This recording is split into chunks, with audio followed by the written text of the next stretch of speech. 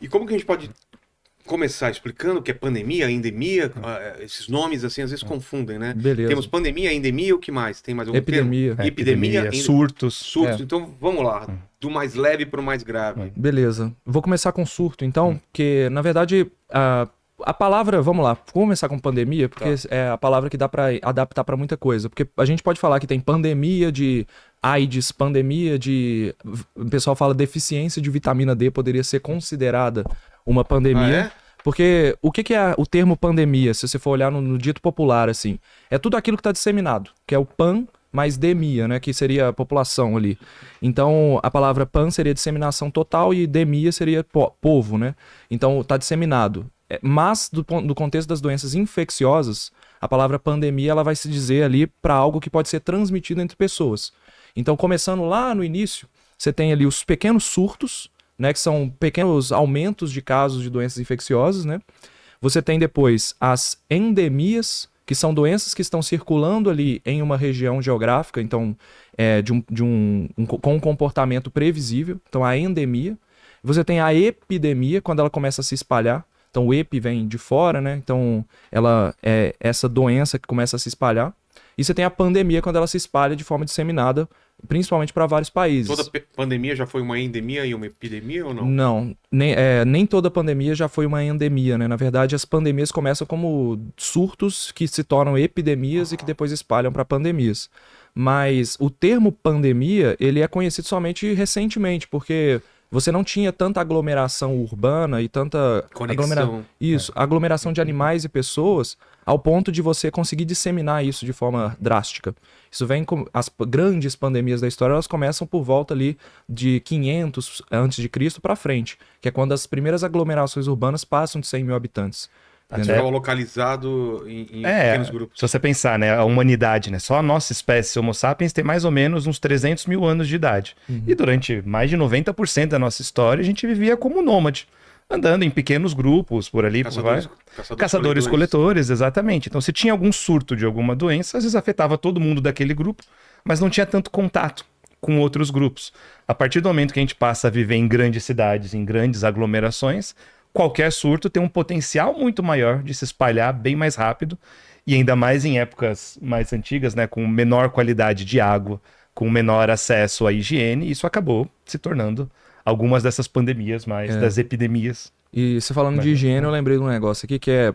Você tem a era pré-Hipócrates na Grécia, que seria por volta ali de anos 450 a.C., e após Hipócrates. Hipócrates é o pai da medicina. Inclusive, o pessoal que é formado em medicina tem que fazer o juramento de Hipócrates na formatura, né?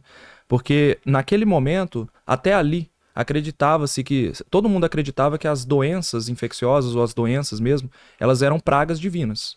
Então, a religião acreditava que todo mundo era castigado pelos deuses da época, né? Os gregos influenciaram muito a nossa cultura e a nossa medicina.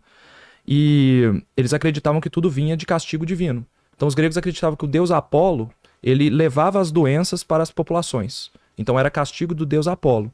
E Apolo teve um filho, que foi o Asclépio, que teve duas filhas, a Igeia e a Panaceia. Panaceia. A Panaceia seria a filha dele, né? Que é responsável pela cura, ela curava tudo. Então as pessoas rezavam para a Panaceia curar as doenças. E tinha a Igeia, que era a que deu origem à higiene, que era a prevenção das doenças. Então os gregos eles começaram a pensar que se você tinha alguma coisa que poderia curar as doenças e alguma coisa que poderia prevenir as doenças. E por que eu estou falando isso? Porque o Hipócrates ele trouxe esse pensamento racional, de não acreditar que deuses levavam as doenças para o povo. Ele foi o primeiro a observar, por exemplo, que toda vez que você tinha um grupo de fora da cidade que adentrava, principalmente com guerras, com grandes aglomerações urbanas, o nível das doenças aumentava. Então esse povo que vinha de fora eram os epidemos, e o povo que ficava dentro das cidades eram os endemos. Então, por isso que ele começou a cunhar o termo epidemia como algo que vinha de fora, que conseguia se espalhar. E o endemo era aquilo que ficava dentro, entendeu? E aí depois, a partir dos pensamentos de Hipócrates, foi se evoluindo para entender melhor. Mas você tem então a era pré-Hipócrates, que o Bruno fala muito, né? Ele vai conseguir falar aqui bastante, e a era pós-Hipócrates, que depois vai evoluir até a era da medicina atual. E uma coisa legal é que a gente pensa em pandemia, você pensa em humanidade. Claro. Né? Mas todas as outras espécies do mundo também estão Sofrem. suscetíveis a sofrerem suas próprias Dá um pandemias. Por exemplo, os anfíbios, sapo, salamandra, esses bichos que vivem perto de corpos d'água, eles estão sendo dizimados por sua própria pandemia de um fungo, que é chamada de quitridiomiose, é a doença. Os anfíbios, eles respiram, eles têm pulmão quando são adultos, então eles respiram ar, só que eles respiram muito pela pele, por isso que a pele deles é úmida, porque eles fazem muitas trocas gasosas pela pele. Essa doença causa uma inflamação e ela leva a queratinização, então tem uma cobertura que impede essa troca gasosa em cima da pele. Verniz? Como se fosse um verniz, ele impermeabiliza Sim. a pele do anfíbio. E aí, a partir disso, dessa reação alérgica que é criada, ele deixa de respirar tão eficientemente. Os bichos vão morrendo, ficando gradativamente mais fracos até vir à morte. E até hoje, essa pandemia desse fungo, ela já dizimou mais de 90 espécies de anfíbios no mundo todo. Então pensa, é como se a Covid-19 tivesse matado todos os humanos, todos os gorilas, todos os chimpanzés, todos os orangotangos e mais uma cacetada de outros primatas, assim. E da onde que veio? Né? Isso é uma doença que surgiu de forma natural, só que a nossa ação no meio ambiente, por conta do aquecimento global, a gente está fazendo com que o mundo fique cada vez mais quente e úmido. Porque conforme você aquece o planeta, as geleiras derretem, então tem mais água circulando no planeta. E calor e umidade é tudo que um fungo mais gosta. Exato. Para poder se proliferar. Então, além dos sapos serem muito sensíveis às mudanças de parâmetros ambientais que a gente causa, a gente também está proliferando muito bem os fungos deles, fazendo com que eles passem mais de um para o outro. E isso você vê em todos os continentes acontecendo. Então, é realmente no mundo todo, populações estão sendo dizimadas, no sentido de pesquisadores vão num canto analisar a diversidade de sapos.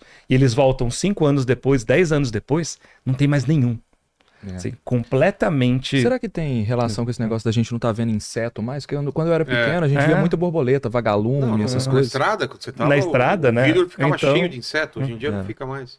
Tem tudo Vagalume eu não vejo mais. Eu também não. Vagalume não vejo também mais. é bem mais difícil, né? Aham. Tem tudo a ver com as mudanças climáticas, né? Que a gente causa, porque você afetando a temperatura ideal, o pH ideal da água, muitos desses bichos, as larvas não conseguem sobreviver. Entendi. E aí, ao mesmo tempo, aqueles que são mais resistentes, um que você conhece muito bem, os mosquitos, por exemplo, acabam explodindo de diversidade.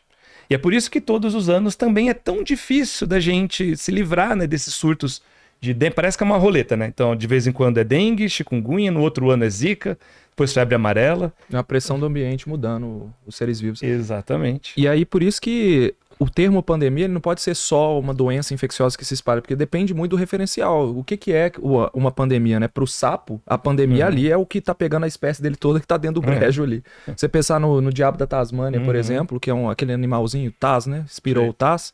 Eles tiveram uma epidemia de câncer infeccioso, que eles mordem muito um ao outro e o câncer deles transmite um pro outro. Eles foram dizimados, praticamente 90% da população. E só tinha ali na ilha da Tasmânia, né? Que é uma ilha. Então, animais que vivem em ilhas, eles já são mega suscetíveis a ter esse tipo de... Nesse conceito aí de pandemia, se pegou toda a população de diabo da Tasmânia, para eles aquilo ali foi uma pandemia. E eu tô falando isso porque para o ser humano, as primeiras pandemias da história, elas não foram mundiais. Elas foram restritas a um grupo que achava que o mundo era aquilo. Entendeu? Então a gente tem, por exemplo, a peste de Atenas, que não é considerada uma pandemia, mas ela foi uma primeira doença de tifo. Uma bactéria chamada Salmonella typhi, que ela era muito transmitida por água e alimentos contaminados. Matava, assim, 500, 1000 pessoas por dia em Atenas. Ela começou depois de uma guerra que teve na região ali.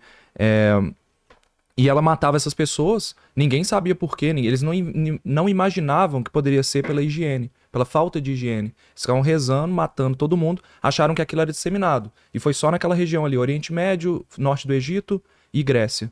Então pegou a população, como não tinha essa velocidade de informação que a gente tem hoje, aquilo ali, para eles, foi considerado uma pandemia. Foi o mundo todo deles. É o mundo deles, entendeu? Então, a gente teve várias na história que moldaram a nossa característica hoje, ela foi moldada pelas doenças. Tem várias coisas históricas, por exemplo, a gente pode falar depois, queda do Império Romano, o fim do feudalismo, tudo isso teve influência de doença também. Ah, é? Você tem as doenças influenciando, destruindo a população, assim, a gente pode falar depois da peste negra, né, da peste bubônica, que ela decepou a população de um jeito que ela afetou tanto a economia que ela começou a tirar a confiança dos reis e dos nobres e clero, que eles tiveram que voltar a trabalhar no campo. Então colocaram eles para voltar para o campo e destruíram o modelo feudal que da época. Então as doenças elas moldaram não só a história da vida no planeta, mas também a nossa história humana, né? Mesmo entre outras espécies humanas, por exemplo, nossos parentes mais próximos são os neandertais. Os famosos homens das cavernas que não viviam somente em cavernas, apesar do nome. Mas a gente sabe que o ser humano moderno, o Homo sapiens, que é a nossa espécie, chegou a cruzar com os neandertais e sempre teve a dúvida de por que os neandertais desapareceram. Será que a gente guerreou com eles e a gente matou todos ativamente? Será que a gente hibridizou com eles? Será que a gente se misturou com eles e aí virou uma coisa nova, uma coisa diferente? O Harari no Sapiens fala que é a gente que destruiu eles, né? Então, tem várias hipóteses, isso não está definido ainda. Provavelmente não. foi muita coisa junto, né? Pode ter sido não só um fator, mas esse ano saiu um trabalho de pesquisadores brasileiros que foi muito legal, que trouxe uma nova luz para isso. Eles pegaram o DNA sequenciado de uma família de neandertais, que foi descoberto lá na Rússia. Não foram eles que descobriram, então o pessoal lá da Rússia descobriu esse fóssil, sequenciou o genoma desses neandertais e publicou esse genoma. E aí os pesquisadores brasileiros deram uma olhada nesse genoma e falaram, tá, e se eu testar esse genoma para procurar sequências de vírus dentro desse genoma? Porque o que acontece? Muitos vírus, conforme eles entram para infectar as nossas células, eles transferem parte do genoma deles, que entra no nosso DNA, e ele meio que rouba a função da célula para que a célula passe a produzir mais vírus. Sim. Então a célula vai produzindo mais vírus. Fica com isso para passar para os nossos... Fica para sempre. E o que acontece? Se esse trechinho do DNA ele vai para uma célula germinativa, um espermatozoide ou um óvulo, a partir dali você vai carregar esse trecho de DNA, que originalmente era de um vírus, para sempre. Tem uns estudos chamados estudos de... A gente vira híbrido, então? A gente tem tipo isso. mais ou menos 8% do nosso DNA, que é formado por fragmentos virais, e 2% do nosso DNA, que são genes, que codificam proteínas. Você é mais vírus do que pessoa. Para com isso. É sério? Esse aí... É o cara, a gente é mais vírus. É o Matrix, Não, Mr. Anderson, aquela conversa dos dois lá. Se você pensar em número de células no corpo, né? Você tem mais células bacterianas e vírus não é célula, né? Mas você pode ter um número de vírus tão alto no corpo que é inestimável, você não consegue mensurar. A quantidade de vírus no ambiente aqui, ela é gigantesca, é porque 99% deles não causam doença. Não faz nada. E a gente não vê, nem sente que ele passou por nós. Mas alguns deles têm uma enzima, né? Uma substância ali que ela vai integrar parte do DNA desse vírus no seu corpo. E ali ele fica para sempre. Então, hoje tem alguns vírus que fazem isso e causam doenças, né? Então tem, por exemplo, o próprio HIV. Ele integra no DNA de uma forma que você não consegue, mesmo que você destrua todo o HIV da pessoa, você elimine 100% dos vírus, ele ainda tá lá no DNA dela. Por isso que não tem cura hoje. Você teria que fazer uma terapia gênica para eliminar o genoma do HIV ali. Porque já entrou no DNA. Como é que você tira parte desse DNA agora? Ele integra para sempre. Então, se você eliminar 100% dos vírus do sangue, ele tá lá, ele vai se replicar em algum momento. Tem o vírus da herpes também, né? O herpes também. Então, aí nesse estudo dos neandertais, né, eles perceberam que tinha 3 grupos de vírus dentro do genoma dos neandertais, que eram herpes vírus, que causa herpes, papiloma vírus, causa HPV, e adenovírus, que causa adenovirose. Gripe, não é gripe, né? É o resfriado comum, né? E aí eles repararam que essas sequências desses vírus eram mais recentes do que as sequências que aparecem no DNA do ser humano moderno. O que indica que possivelmente foi a gente, quando chegou na Europa e teve contato com essas pessoas, a gente passou as nossas doenças para eles.